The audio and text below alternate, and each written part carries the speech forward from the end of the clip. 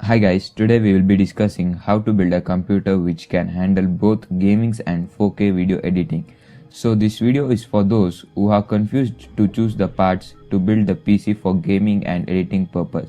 So without wasting further time, let's get into this video. Myself Pawan and you're watching Mr. Tech Informer.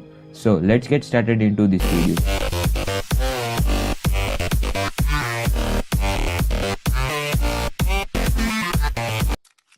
As always, first comes brain of a PC. Yes, it is a processor. So as we are building the PC for multitasking, we will go with the brand Intel. Yes, as this PC is based on multitasking, so we'll go with the Intel i3-8100. This is the 8th gen Intel processor. It is a Coffee Lake architecture based processor. 14 nanometer lithography technology is used to build this processor.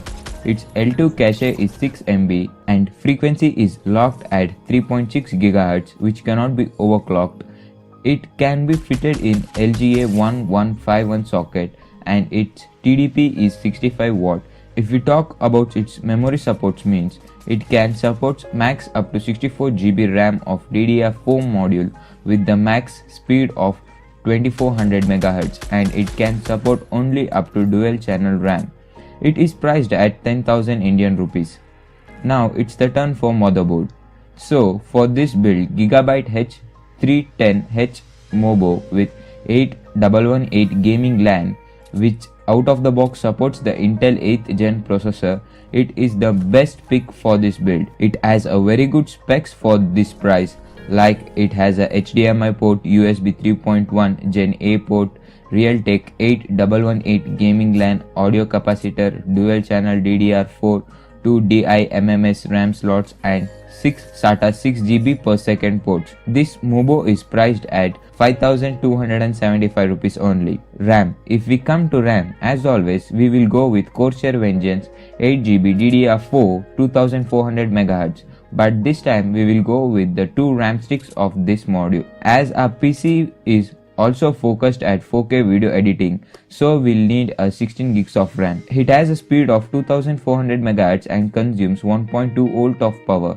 It also have an anodized aluminum heatsink. It is priced at 11,330 rupees only. Now, it is an important thing for gaming. It is a graphic card. Yes, to this build, I am using GTX 1050 Ti 4GB OC edition. Now, this question arises that why I have chosen a 1050 Ti graphic card, and the answer for that is this graphics card is capable of playing all the latest game with medium to high settings at 50 to 60 FPS, and when it is paired with Intel i3-8100, it gives an outstanding performance. So to check the benchmarks of this, please check the description box below for the video. And this graphic card is priced at 14,800 rupees. For storage, as usual, I have used an 1 TB hard drive and 240 GB SSD. You can add one more TB hard drive or 500 GB SSD if your budget allows you to do. So for hard disk, I have chosen WD Blue, which works on 7200 RPM and priced at 3200 rupees only. For SSD, I have selected WD Green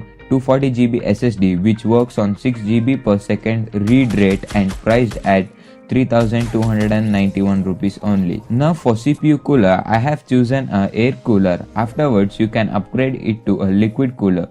So I have selected Cooler Master Hyper H410R cooler. It comes with a 4 direct contact heat pipes between CPU and cooler, which sinks the heat fast than a normal heat sinks. 92mm fans with red LED with quick snap fan bracket, all in one mounting solution for Intel and AMD socket. It works on 600 to 2000 RPM and 34.13 CFM plus or minus 10% of airflow and at the noise level of 29.4 decibel max. It is priced at 1765, which includes Cooler Master Master Gel thermal compound. For power supply, I have selected Cooler Master MWE 450 watt PSU. This PSU delivers everything you accept from top tier power supply at a budget price.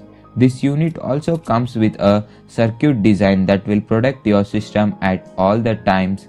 The 120mm fans keep your system cool with little noise. This not only reduces strain on environment but also your energy bill. and it is priced at 2709 rupees only. To have all our parts, we need a cabinet. So we also do gaming in this. It should look quite good with RGB lighting. So I have selected Antec DF500 cabinet.